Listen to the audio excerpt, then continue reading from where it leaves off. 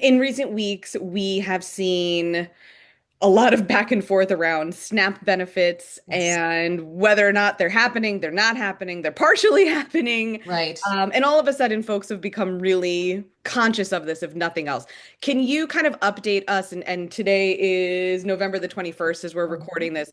What is the status now for folks waiting on their SNAP benefits? So at this point in the state of New Jersey, SNAP has been fully funded. That happened on November 7th, I believe is the date, when there was a ruling that SNAP needed to be funded, even as the shutdown was continuing. And a number of states, including New Jersey, went ahead and sort of immediately issued those full benefits and got people's debit cards loaded. So that was really good news after a week of, people who were waiting for those benefits to be loaded, waiting for news, not knowing if they were going to get anything, turning very quickly to their local pantries and their local social service agencies for extra support. That is good news, but those weeks of confusion and changes and will they get funded, won't they get funded, caused such a ripple effect of stress and strain on people. We're talking about over 800,000 people here Right. in New Jersey who are, rely on SNAP benefits to make ends meet. And that's working families, that's children, hundreds of thousands of children. It's senior citizens living on fixed incomes. So these are people who are already under a lot of strain. Right. And so when those benefits did come through, when their cards got loaded, understandably, they weren't sure whether to trust, whether that would stay, whether they'd, be able to use the money through the month as they typically do, or carry it over into the following month, which is an option typically. And so what we've heard from a lot of our community members is that folks just went out and quickly spent that money on and sort of stocked up on non-perishable foods and things Mhm. that would last so that they could use it while they had it. While they had it. Mhm. And Heather, you touched on something that I think is important. Can you, if you could, briefly kind of explain what SNAP is and who uses it? Because I think there's a lot of confusion around that as well. I agree 100%. There's a lot of confusion around that. SNAP, it stands for the Supplemental Nutrition Assistance Program. So it's a program that's sort of casually known as food stamps. And essentially it's a support program available to folks who qualify based on a variety of circumstances. And I won't get into, all of the crazy ins and outs of how to qualify, but it's not something that you can just, call up the government and say, hey, I want some extra money for groceries. Right. It's, you have to go through an application process. You have to regularly recertify and requalify. It's a pretty complex process. So there are SNAP navigators, who work for a number of social service agencies who are out there in the world to help people with this. But it is really about providing a safety net to folks who are working, but whose income does not really meet the basic costs of living. It's for folks, like I mentioned, senior citizens who are living on fixed incomes, and this is that extra amount of money they need to be able to sustain themselves through the month. And so many families with kids, and obviously, kids need to eat. Everybody needs to To eat. It's a eat. basic human right. But the idea that, there are kids who are trying to get through a school day without having had breakfast or, not knowing if they're going to have dinner that night. I mean, that's just not something we can accept as a society. So SNAP is a really critical safety net program that provides that reliable support that gives folks those dollars they need that they can take to the grocery store, to their local market, to buy food, to buy basic household necessities. It is not something that you can use to buy, whatever you want. There are restrictions on There's what can be limits on purchased it. using SNAP dollars. It is meant to feed and nourish people, and that is what people use it for. Yeah. And then Heather, tell me a little bit about where Table to Table fits in and the gap that you guys fill. Sure. So Table to Table is a food rescue nonprofit. We've been working in New Jersey since 1999. So we were sort of the first food rescue in the state, and we've grown significantly over our 26 years of this work. And at this point, we are rescuing and redelivering enough food for close to 25 million meals a year. So our particular focus is on sourcing surplus food from anywhere along the food supply chain where food is getting wasted, where good edible food is getting wasted, which happens all the time everywhere, right from starting at farms through to importers, manufacturers, distributors, through to supermarkets and retail, through to restaurants and caterers, school cafeterias, corporate and hospital cafeterias. There's good food getting thrown away all around us every single day. The estimate is close to 3 billion pounds of food in New Jersey every year. So we work with all of these different food businesses. We have a fleet of refrigerated trucks that's out every day, making the rounds to the larger businesses, doing pickups of pallets or large boxes or bins of surplus food. And then we mobilize volunteers using our iRescue app to go out and do smaller rescues. And all of that food is then immediately delivered to our network of about 300 different food pantries and social service agencies in northern New Jersey. So we're getting that fresh food out to the pantries, out to the food distributions, out to the daycare centers and the senior centers, places where folks are turning for help. Yeah. And what we saw happen during those first weeks of November and is continuing to happen because folks are still showing up at pantries in droves, and now we're going into the holidays. This is typically a time of high need. We, we all year round, we get outreach from pantries saying, can you help us? Can you get food to us? Is there anything more you can do? But the calls we were getting, the outreach we were getting at the end of October, beginning of November is like nothing we've ever seen. It was worse than COVID, and that's saying a lot. That is a lot. Yeah. So just people, reaching out to us saying, we are desperate. Is there any more food you can get to us? We barely put food on the shelves before it was gone again. The line is triple what it usually is. Is there anything you can do? And so, us along with other feeding organizations, I mean, it was just all hands on deck. Any good food we can get and get it out to folks, we have to get it done. Yeah. What can okay, ever since I became a mother, I cry for everything. Yeah, I But know. what can folks do? Because I think for a lot of us, it was so overwhelming, Yeah. the need. It was like, where do I even begin? How do I help? How do I help? Yes, and yes, it can be And very it's such a overwhelming. big question. It is. And it can be very, very overwhelming. When it comes to table, I mean, this is one of the things that I love and I'm so proud about our organization is that it is really easy for people to get hands-on involved um, directly with our food rescue mission. That iRescue app I mentioned, that is something that absolutely anybody can download and use. It's extremely easy.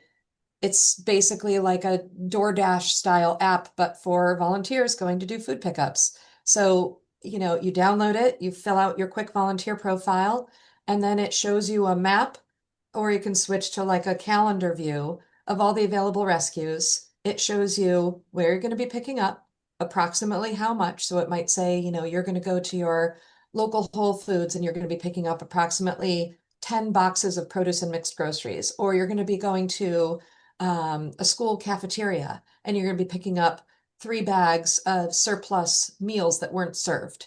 And then the mapping software is even embedded right in there. So you follow the map, you follow the directions to the place that we've designated for drop off. So we're doing all of that matchmaking on the back end of where the food needs to go. I think that's something that a lot of people do struggle with of, I want both food businesses and individuals. I want to donate, I want to organize something, but I don't how do I find a place that's going to take it? That's our job. That's what we do. So volunteers using the app, you just have to follow the directions and go to the pantry or the organization that we've directed you to. They'll be ready to receive it. They sign in the app and it's done. All of the rescues are most of them take less than an hour. Most of them are within 3 to 5 miles from pickup to delivery. So it's a really great way for people to get involved. At this point this year, we've had over 400 volunteers Wow. who have run rescues for us. We're nearing 2 million pounds of food rescued on the app just this year so far, in addition to over 20 million on our trucks. But it really is incredible how that impact adds up, and each of those rescues means that people are going to get fed that very day. Yeah. Yeah, absolutely. And you're right in the matchmaking thing. I mean, I know I had even leftover baby formula and it was like, Mhm. who where can I where do Yeah, I send this? yeah, yeah, Someone can use it. exactly. I don't need it anymore. Where do I send it? Exactly, exactly. So, the network we have of all of these different partners in so many different locations, we know when they're open, we know what kind of food they can take. We know if they have refrigeration or freezer storage capacity or not. So that's how we're very careful about what food goes where. We're making sure that it's going to go somewhere where it's going to be utilized quickly, Yeah. because most of what we rescue is perishable. And we, that's the other half of the coin of our mission. We're feeding people, we're reducing food insecurity in our communities, but we're also reducing food waste.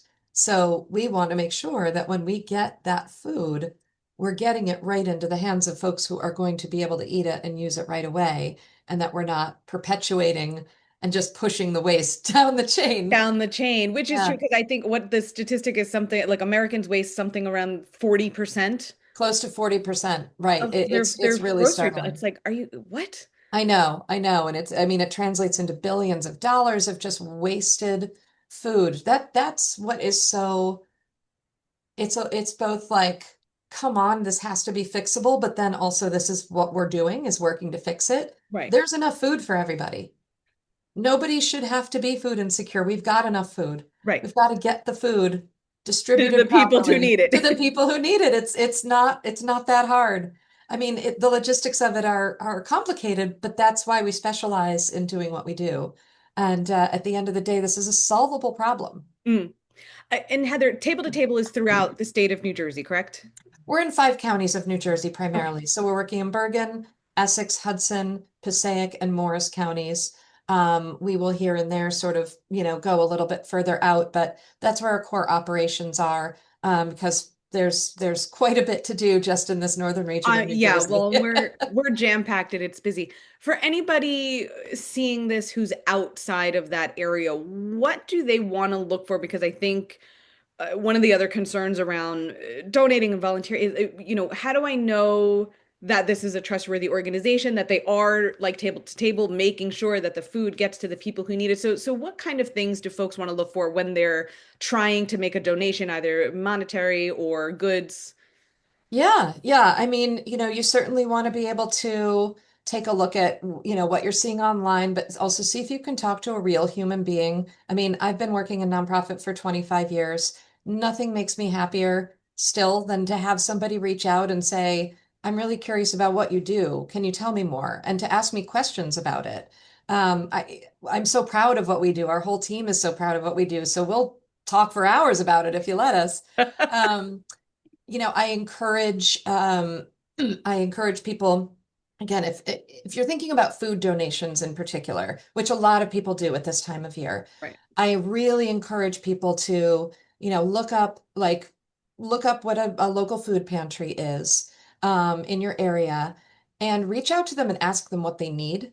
And pretty much anybody who runs a pantry, they're going to have a laundry list, and they're going to be able to specifically tell you, boy, Thanksgiving is coming up, and we're fortunate that we have enough turkeys, but we're really low on potatoes and cornbread mix. So if you ask those questions, then you're actually meeting the needs of the pantries and the people they serve, instead of assuming what they need. So Right. I always suggest doing some sort of direct outreach. Now, a lot of pantries are run by volunteers, and so they might not always be around to pick up the phone.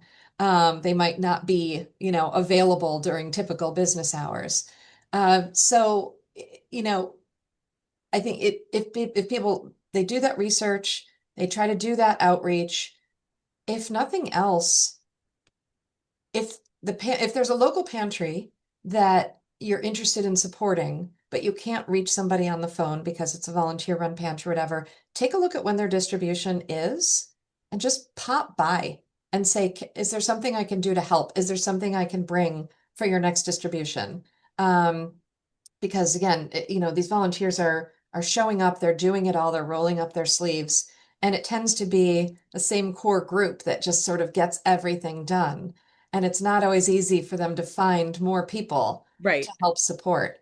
When it comes to food rescue, there are a couple of others in other parts of the state of New Jersey. There's a group called Share My Meals that organizes donations specifically of prepared foods, typically from like corporate cafeterias, hospital cafeterias. Hmm. Um, I know they, engage volunteers as well. So that's another one that people can get involved with if they're not in our area.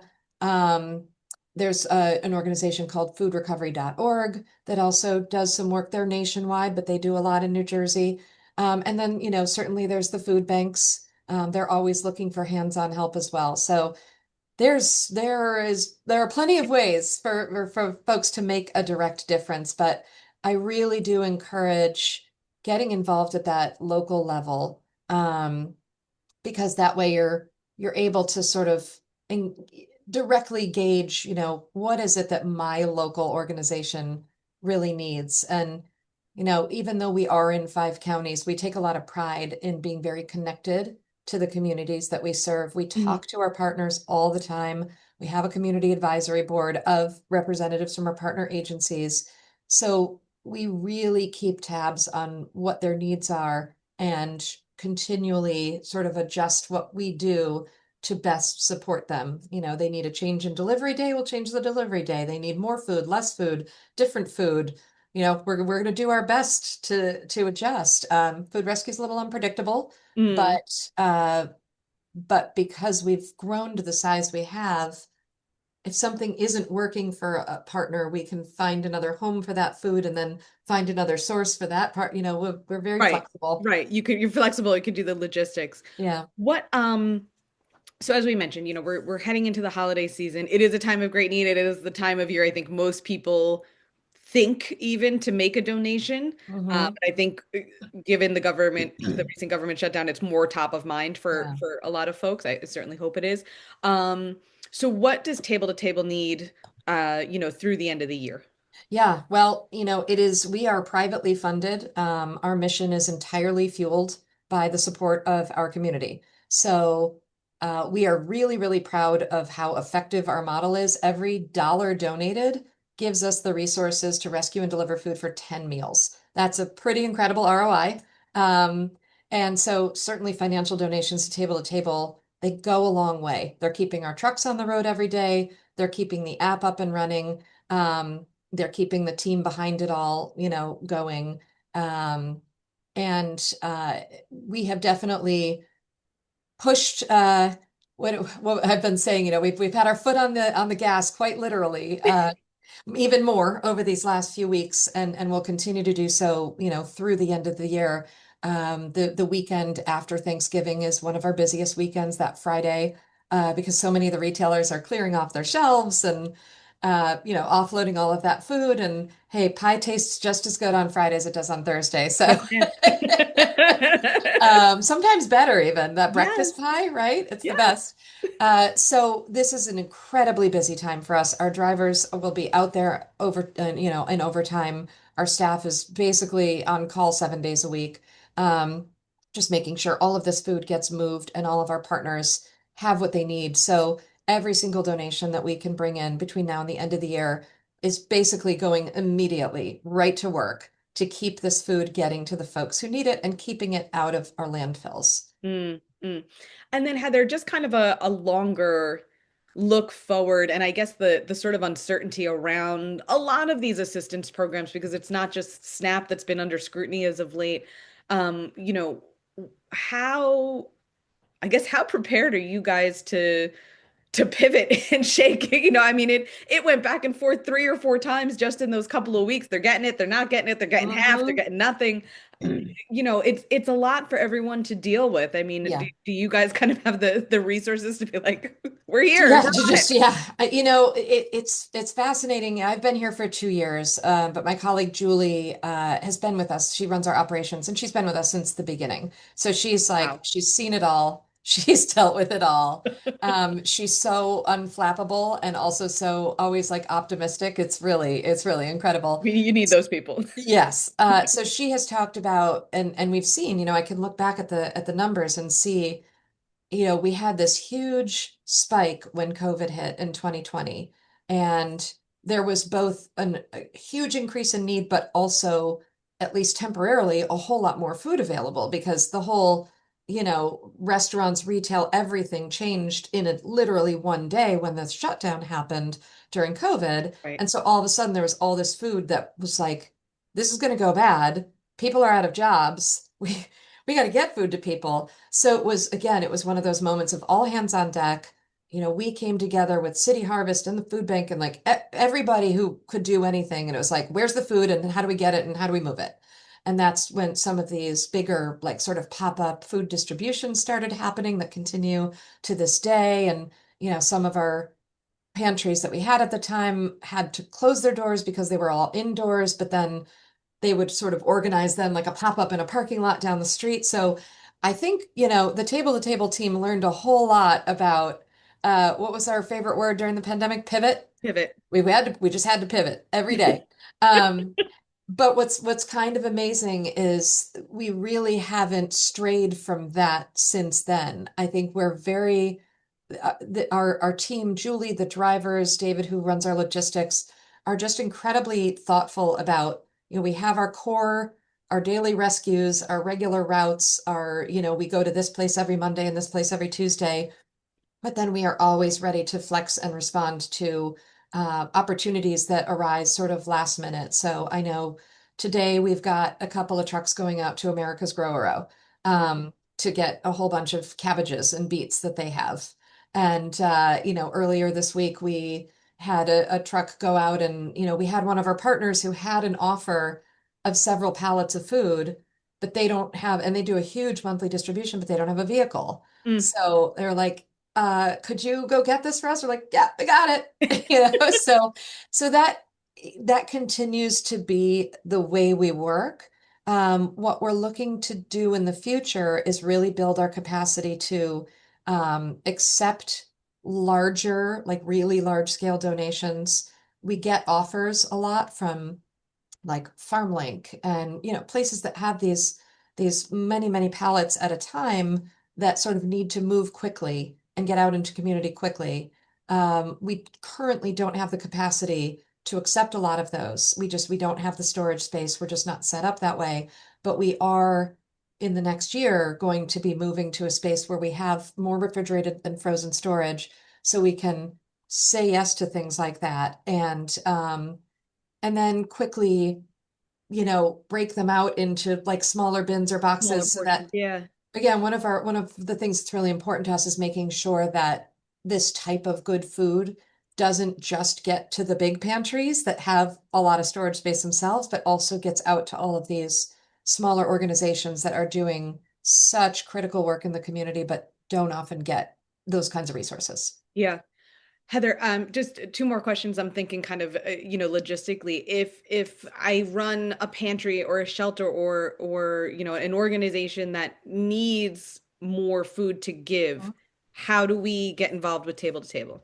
Yeah, if you go to tabletotable.org, our website, there's you look at our partners along the top, community partners, and there's a very simple form to sort of get the process started. Okay.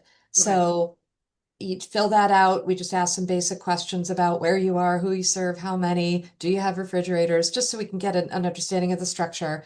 And then, Julie or someone from our team typically reaches out within a couple of days, gets the conversation going.